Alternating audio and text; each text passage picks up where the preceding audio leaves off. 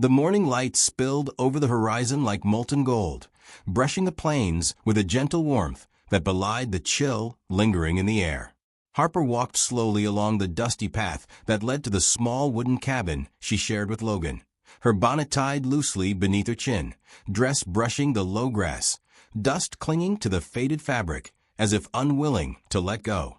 She felt the weight of every eye she imagined upon her, the whispers of townsfolk about a girl too plain, too soft, too young to wed a man twice her age. Yet she held her gaze forward, mind wandering to the small miracles of this quiet land.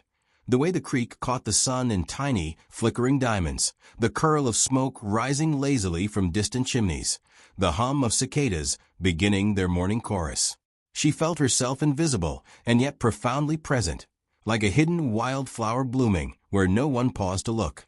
Logan stood in the cabin doorway, tall and broad, the years etched into his lined face and calloused hands. At 40, his body carried the weight of labor and storms, his eyes the calm authority of a man who had learned patience through loss and solitude. He watched Harper with a quiet steadiness, not with judgment or scorn, but as if she were a fragile vessel he had been entrusted to safeguard. She sensed him there, and though she had long carried doubts about his affection, the sight of him filled her with a strange warmth, a reassurance that, at least here, she was safe. Mrs. Whitaker, their neighbor, shuffled across the yard, carrying a basket of freshly baked bread. She offered Harper a small, knowing smile, one that spoke of endurance and the possibility of unseen love, and Harper returned it with a shy tilt of her head. The day unfolded in soft rhythms. Harper stoked the fire while Logan repaired the corral fence, each absorbed in his own task yet aware of the other's presence. She noticed the way his hand lingered on the wood, the way his shoulders tensed against the effort, the slight nod he gave her when she passed with a bundle of herbs. These small gestures became their language, quiet affirmations of existence, of care, of something unspoken yet binding. Harper's heart moved cautiously in the chest, uncertain whether the warmth she felt was kindness or a deeper affection she dared not name.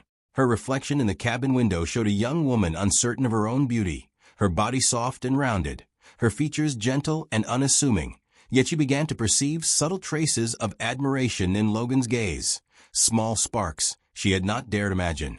The townsfolk's whispers grew sharper in her mind, and with them, Harper's insecurities pressed closer. She remembered the stares at the market, the casual cruelty of comparisons, the cruel humor of youth who saw her as plain and inadequate. Logan, always present, never scolded, never rushed to soothe in grand gestures. Instead, he moved beside her in quiet solidarity, handing her the garden trowel, pausing to help lift a plank, murmuring something about rain in a voice low and warm. His attention, so steady, so unassuming, began to shift something in Harper. A seed planted in lonely soil began to stir. She wondered if she had misjudged him, if she had misjudged herself, if love could be measured not in grand passion, but in patience, in observation, in subtle devotion. The first storm of spring rolled across the plains, clouds dark and swollen, wind cutting through the air with sharp intent. Harper dashed to secure the garden as rain began to patter against the tin roof, her hair plastered to her forehead, her hands trembling with cold and nerves. Logan followed, carrying a shawl he had fetched from the cabin, his coat flapping against the wind.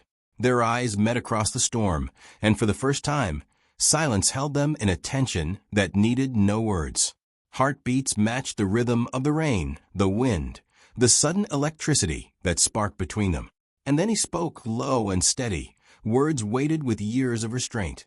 He had watched her quietly, with reverence, noticing the bravery she bore in each small act, admiring her gentle courage, the way she endured the world with soft dignity. He confessed that he had long been moved by her presence, that in her he had found a heart he could trust, a companion who made the long, lonely years worth every hardship. Tears slipped down Harper's cheeks as the rain soaked her sleeves and bonnet, each drop mingling with the emotions she had kept buried. She felt seen in a way that left her breathless, cherished in the quietest, most profound manner. Her lips trembled as she reached for his hand, fingers intertwining with his, seeking warmth and assurance. She whispered gratitude, awed disbelief, and hope all in a trembling sigh. Around them, the storm softened, rain sliding into gentle drizzle, sunlight breaking through the clouds to scatter silver across the plains. They stood together, soaked and shivering, yet whole, their hearts aligned in a bond forged not in urgency, but in patience, understanding, and the quiet courage of recognizing one another. And as the sun finally crowned the horizon, casting golden light over the earth, Harper realized that beauty had never been about how she looked, but how she was seen. Logan's eyes held her truth, and for the first time, she understood what it meant to be cherished, truly and entirely. The world continued, with its dust and winds and whispers, yet within the small circle of the cabin and the wild plains, love had quietly, steadfastly bloomed. And somewhere in the quiet vastness of the Wild West, the story whispered its gentle lesson, that patience, respect, and courage could awaken the deepest, most enduring of hearts. Harper's gaze met the horizon, then returned to Logan, and she smiled through the tears, a smile that carried everything she had ever longed to feel.